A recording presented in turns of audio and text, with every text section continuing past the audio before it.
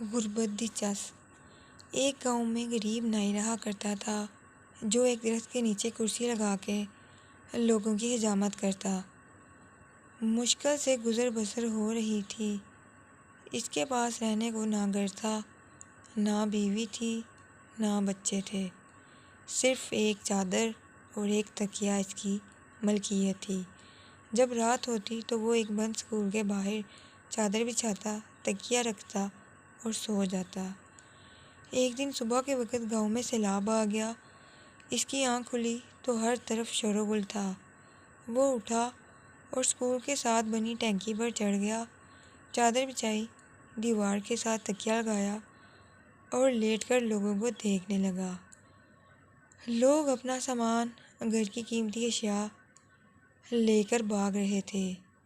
کوئی نقدی لے کر بھاگ رہا ہے، کوئی زیور، کوئی بکریاں، تو کوئی کچھ قیمتی اشیاء لے کر بھاگ رہا ہے۔ اسی دوران ایک شخص بھاگتا آ رہا تھا۔ اس نے سونے کے زیور، پیسے اور کپڑے اٹھا رکھے تھے۔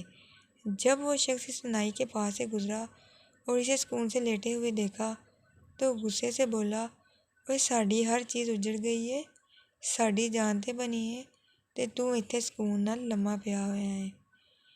یہ سن کر نائی بولا، لالے اج ہی تے غربت دی چس آئی ہے۔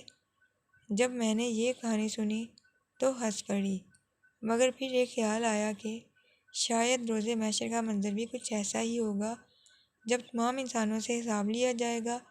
ایک طرف غریبوں کا حساب ہو رہا ہوگا، 2 وقت کی روٹی، کپڑا، حقوق اللہ، حقوق العباد، اور ایک طرف امیروں کا حساب ہو رہا ہوگا، پلازے، دکانیں، فیکٹریاں، گاڑیاں، بنگلے، سونا اور زیورات، ملازم، پیسہ، حلال حرام، عیش و آرام، زکوٰۃ، حقوق اللہ، حقوق العباد۔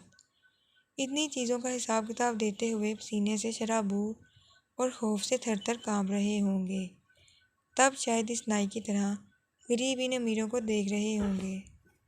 چہرے پر ایک عجیب سا سکون، اور شاید دل ہی دل میں کہہ رہے ہوں گے، اج ہی تے غربت دی چس آئی ہے۔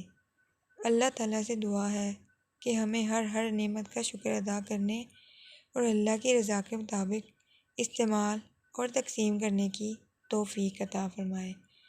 آمین یا رب العالمین۔